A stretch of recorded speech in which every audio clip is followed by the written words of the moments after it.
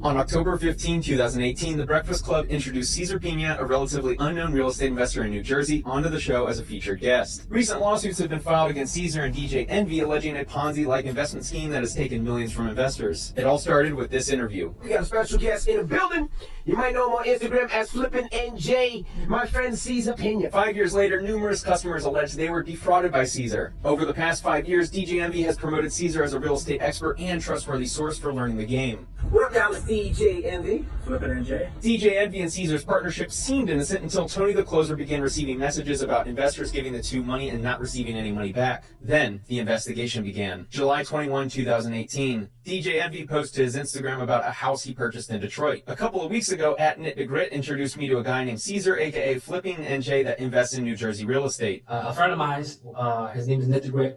He owns the label where Fetty Wap is signed to, and he did the introduction between me and Envy. Cesar Pina's Instagram looked like this at the time. The message that Envy shared was he looks like us, listens to the same music, dresses like us, and is from the same place as us. He just had the vision of real estate before any one of us did. He owns over 500 units in New Jersey. You have a criminal record, but your criminal record actually got you into this business. This seems to be a prerequisite for being a subject of my videos as of late. I'm more street educated than anything else. When all my friends went to college and stuff like that, chose the streets, everybody's telling me, oh, you gotta change your life, you can't do this, you can end up in jail. So I ended up in jail. I'm starting to wonder if he and Jay Morrison were roommates in prison sharing their ideas on how to implement their street knowledge in the real estate game. I was never thinking about public speaking or anything like that. And I met Envy, he inspired me, and he said I had a great story and I could inspire other people. DJ Envy introduced Cesar to his millions of followers, which is why he's found himself in the middle of the controversy for what we're going to unveil shortly. What up, y'all? It's DJ Envy. We picked this up off of auction.com. So outbid somebody. Just a few months after this Instagram post that used the word "we" a lot, Cesar was introduced to Anthony Barone and Anthony Martini. Martini signed DJ Envy to his record label in 2016. A few years later, when DJ Envy began promoting Cesar, Martini became interested. He trusted Envy from their friendship and because Cesar sounded legit. Envy told Martini that he was a partner on many deals with Cesar that had gone well and mentioned that there was a new investment opportunity opening up to partner with them. 385-391 Totowa Avenue in Paterson, New Jersey is where an old school building rots away. Envy told Martini that this location would become a new apartment complex project spearheaded by Cesar and Jennifer Pina. Martini felt confident enough in his friend DJ Envy and this alleged real estate mogul that he invested $1 million into their project. Started with no money, and here I am. $50 million later in real estate. How much? $50 million. Investors felt confident giving him money because they believed he was a real estate mogul. Cesar and Jennifer Pina told Martini that they funded the project with $2.5 million of their own money and a $3.5 million construction loan. Martini's money would help with overruns and operating expenses until a liquidation date. Around the same time, Envy and Cesar met with a man named Anthony Barone who brought his friends Eaton Sugarman, DJ Clue, and Gary V as they all indicated interest in the prospective real estate investment opportunities. Over the next 4 hours, Cesar and Envy drove around Paterson, New Jersey, showing off the successful real estate investments they had. One of the properties shown to the group was 385-391 Totowa Avenue that was being pitched as a chance to turn this rundown school into a financially lucrative apartment complex called Taylor Court Apartments. Barone decided to invest $500,000 for a 12.5% interest stake after believing the apartment project would be a good investment. Cesar said construction would be completed a year later in early 2021. What helped Barone solidify his decision was seeing documents for the project also signed by his friend Anthony Martini to proceed with wiring his $500,000 to Cesar. A little red flag is that it's now alleged that Cesar forged Martini's signature. We had to take a job to setting everything up. Last time we had 4,000 in here. So if you want to learn about real estate, Federal Welcome to the deep dive. Yeah. We're here to really get into the middle of some buzzing stories, cut through all that noise, and pull out the important stuff for you. That's the plan. So today we've got a stack of sources covering two pretty different but equally fascinating narratives. Right. First up, we're looking at a federal indictment that's basically a formal accusation from a grand jury tied to real estate deals. And it involves a pretty big name, a celebrity radio host. And then on the flip side. And then, we're exploring this really intriguing story, almost like a myth, about an alleged curse. It's linked to a major hip-hop figure and supposedly affecting, of all things, the Stewart's world. Okay, two very different worlds colliding there. So our goal today is really to dig into these sources, pull out the key pieces for you. We want to understand the main players, what they're actually accused of or linked to. And the bigger picture, right? Like, what does it all mean beyond the headlines? Exactly, helping you navigate the chatter and get to what really matters. All right, let's start with that federal indictment. This seems like a pretty big deal. The net closing in on this New Jersey businessman, Cesar Pina. What are the core charges here, according to the sources? Well, the indictment is pretty extensive. We're talking multiple counts. Scheming to defraud investors is a big one. Then there's money laundering and even bribing a public official in Paterson. It's quite sprawling. Okay, scheming, money laundering, bribery. And Pina, he's known as Flippin' NJ online. Yeah, that's his social media handle. And the sources say he was on the Breakfast Club a lot with DJ Envy. Apparently, he used that platform, that visibility. To get investors. Precisely. To solicit millions, supposedly, for buying and flipping distressed properties. And, there's this interesting background detail. Well, yeah. Pina has a past conviction. Years ago, he was arrested, convicted for trying to sell heroin at Newark Airport. And reports say he actually talked about this, both in a book and on the Breakfast Club. Apparently, he sort of framed it as learning from it, but maybe in a way that suggested he learned to be a better criminal. That's quite a statement. Yikes. So using that radio platform with DJ Envy, that seems central. How exactly do the sources say Envy fits in? What's his alleged role? Well, the indictment refers to DJ Envy. His real name is Raashaun Casey as Individual 1, and it calls him Pina's business partner. A business partner. But Envy denies this. Right. Envy has denied wrongdoing. He claims he just did business seminars with Pina. That was the extent of it. But the allegation is that his status, his reputation as this well-known disc jockey and radio personality, that was the hook. That's what drew people in. That's what allegedly enticed the investors. And it's not just Pina facing heat. His wife, Jenny Pina, she was also indicted. The charge against her is destroying evidence. Destroying evidence. So it really complicates things. It definitely adds another layer to the whole legal situation. And this whole scheme, it was mostly based in Paterson, New Jersey. What kind of fraudulent practices are we talking about? Yeah, heavily concentrated in Paterson, and the practices described sound pretty bold. For example, there are allegations they sold the same property, like one specific building on Park Avenue, to 9 different investors. 9 times the same building. That's the allegation, pulling in millions that way. And then there's the bribery charge we mentioned. Pena is accused of bribing an unnamed local official in Paterson called Individual 2 in the indictment. And what was the bribe for? Apparently to smooth the way for development projects. One project specifically mentioned is at a place called Old School 5. And interestingly, sources say DJ Envy himself also invested in that particular project. Oh, really? So Envy invested in a project allegedly facilitated by a bribe Pena paid. That's what the connection suggests, yeah. It certainly raises questions about, what Envy knew and when. It points towards potentially systemic issues, maybe using public influence to legitimize deals and getting local officials tangled up. And there's another local connection too, right? A city councilman? Yes, Alex Mendez. He's a local realtor and city councilman. Now, he was indicted separately on state voter fraud charges, but sources point out he actually used Pina's Park Avenue building, the one allegedly sold multiple times as his campaign office. It just keeps getting deeper. But let's talk about the victims. This must have hit people really hard. Oh, absolutely. The human cost is devastating. Sources talk about victims losing huge amounts. Some lost $64,000. Others lost up to $1 million. $1 million. Yeah. And a recurring theme is that they trusted DJ Envy's name. His reputation was apparently a big reason they invested. You hear quotes like, "Our kid's future, money stolen from us, dreams shattered." It's really tragic. That's awful. And I heard something about pillow money. Right. Some victims apparently invested savings they kept at home, under the mattress or pillow money, cash not in banks, which makes tracing it, let alone recovering it, incredibly difficult. Man. It really shows the power of that celebrity endorsement, doesn't it? People trusting their life savings based on perceived credibility. It's a huge responsibility that comes with that kind of platform. So, beyond the immediate charges against Pina and his wife, what about other consequences? You mentioned FCC violations earlier. Yeah, that's another angle sources are discussing. The argument is that iHeart Media, the company owning the radio station, and DJ Envy might have run afoul of FCC rules. How so? Well, if you solicit investments over the airwaves, you generally have to disclose if you're being compensated for it. And accepting certain gifts, like expensive champagne mentioned in some reports, without disclosure, that could also be illegal under FCC regulations. Interesting. So the media company itself could be implicated. It raises questions about compliance and oversight, definitely, especially where entertainment, influence, and financial advice start to blur. And remember, this is an active investigation. FBI, IRS, even the DEA are involved. So it's far from over. And what's this question about Pina cooperating? That's a big point of speculation callers are raising. Pina is facing potentially decades in prison, like 25, 30 years or more. Now his wife is indicted too. So the question is, will he cooperate?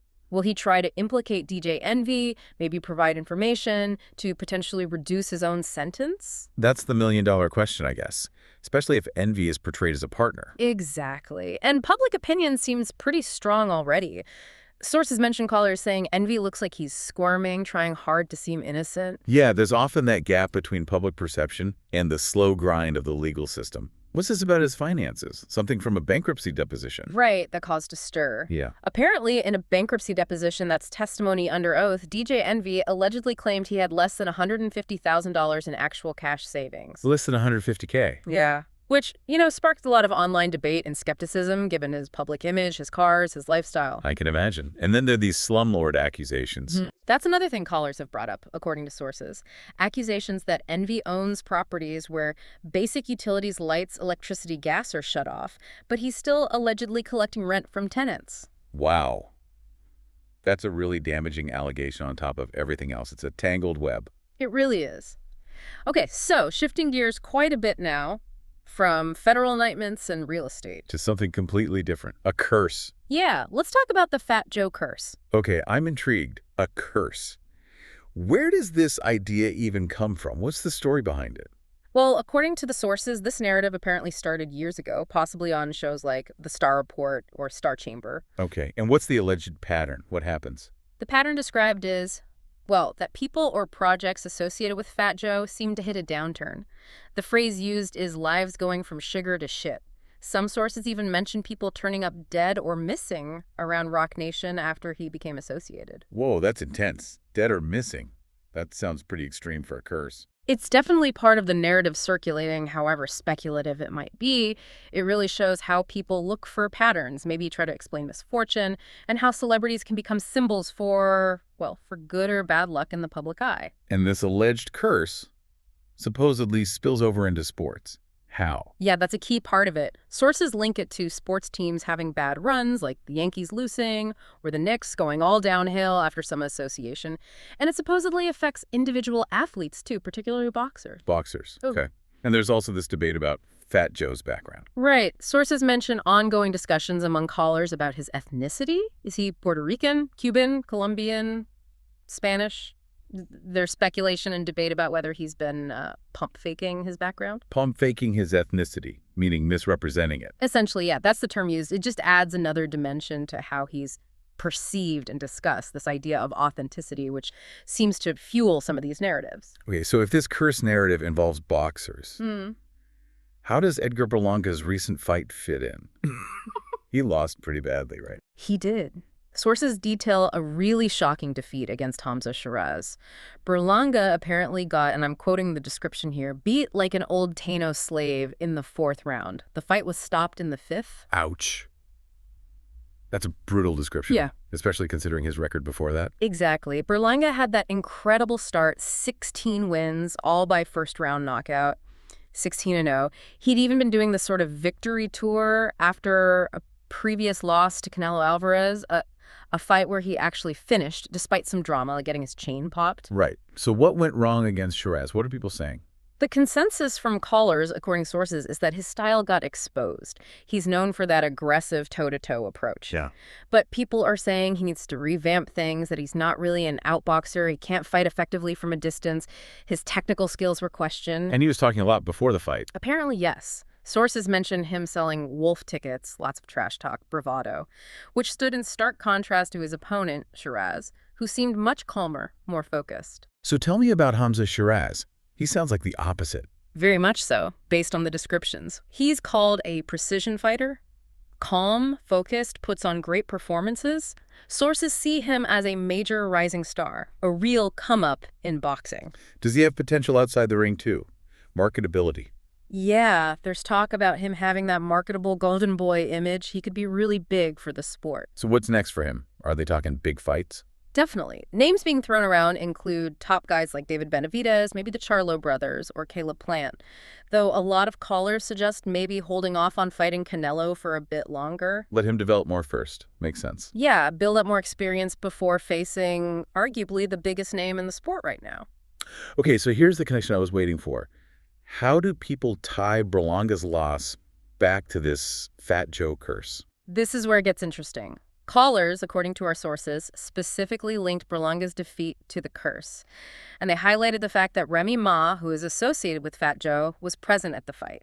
Remy Ma was there. And they saw that as a sign. Apparently so. It fueled the curse narrative. It really illustrates how these stories, these beliefs, whether it's about a curse or a celebrity's potential downfall, like with DJ Envy, gain traction. They become a way for people to connect dots, maybe make sense of things that are otherwise unpredictable or hard to explain. It's fascinating how perception works, isn't it? Yeah. How a story can take hold and shape how people see events. Absolutely. The power of narrative is incredibly strong. So wrapping things up for this deep dive, we've covered a lot of ground.